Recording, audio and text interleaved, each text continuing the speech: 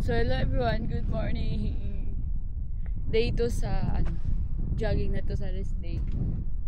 Pero guys, 3 days na namong rest day or last day bukas. Duty na naman.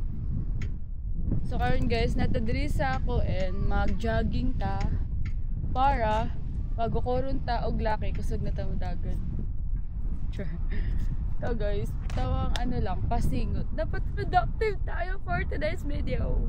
Connect sa ako kung Bluetooth guys.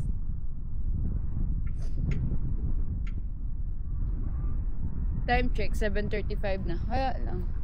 Gusto lang ako magdagan-dagan. Kabuyan, makusihig dagod sa balay. So ayun na nga, ito na nga.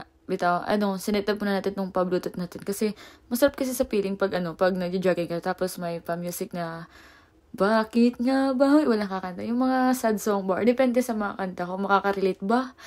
Siya or ako. Char lang. Ito guys, warm up muna tayo dito kasi hindi to basta-bastang warm up.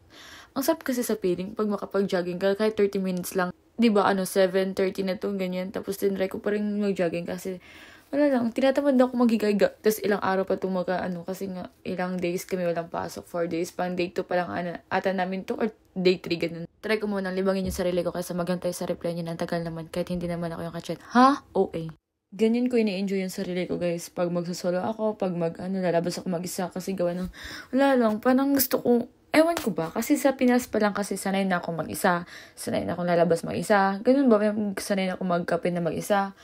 Ewan, kasi nga, ito ngayon sinasabi nila, independent woman. Huy, ang independent. Iyakin. Ito guys, sarap kasi sa feeling pag nakapag-jogging ka, kahit 30 minutes lang, kahit makapagtambay ka dito sa Kuan. Tapos makita mo yung ganito, yung parang hindi ka napupunta ng gym kasi meron na yung mga equipment. Tinry kong pag-alawin yung abs ko guys, kasi nga, hindi na siya gumagalaw. Dati yung mga nasa 67 ako, tapos sobrang laki na katawan ko. Ang pinangarap ko lang is pumayat. Ngayon parang andito na ako sa point na pumayat. Parang gusto ko na rin magka-abs, diba? Parang yun yung tina-target ko, hindi na yung payat. Kaya guys, tara, mag-jogging na tayo para magka-abs. Pero hindi lang yung jogging yung ginawa ko para mag-abs. Siyempre, nagwo-workout din. Tumitingin din ako sa YouTube or sa TikTok yung mga pwedeng way na magka-abs. May nag-chat sa akin kung ano daw yung ginagawa ko para mag-abs. Nagwo-workout ako. Tapos, syempre, hindi naman siya ganun kadali maging abs yun. Kailangan mo din kumain ng protein para, ewan ko ba, kasi yun yung mga nasa sinesearch ko, yung protein talaga guys. Kung gusto nyo yung ma-achieve yung mga gusto nyo. Lalo na pag magpa-glutes kayo, tapos magpapayat ng tiyan. Ganun. Basta aralin nyo na talaga yung protein. Tapos, dito muna ako, tumambay muna ako kasi, my God! Bitaw guys, kunwari na tayo mag-imot-imot, baka tatabi yung Jungkook.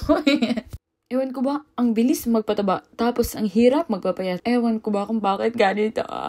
Bitaw guys, yung pag sobrahan ka sa kanin, dati talaga 2 plato ako kumakain, pero ngayon halos 1 plato, mga 3 kutsara na lang talaga, tapos more on ulam na lang ako, kasi nga, yung rice talaga yun makapagpapalaki guys, or nakapagbukhad sa katawan ba, ganyan. Dapat pala mag-jogging ka guys, by fair dito, kasi nga, kailangan mag-holding hands, tas yun, nakita ko sila, pumunta na lang ako dito guys, hindi na lang ako nag-jogging, kasi may nag-jogging na, yung by partner, tapos nag-holding hands pa sa harap ko. Sino ba namang gustong ipagpatuloy pa yung ganong jogging? Tapos ako, mag-isa lang, tapos sila 2.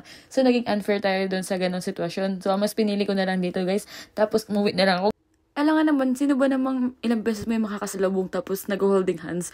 Parang unfair naman talaga doon. Kaya, uwi na lang tayo kasi wala tayong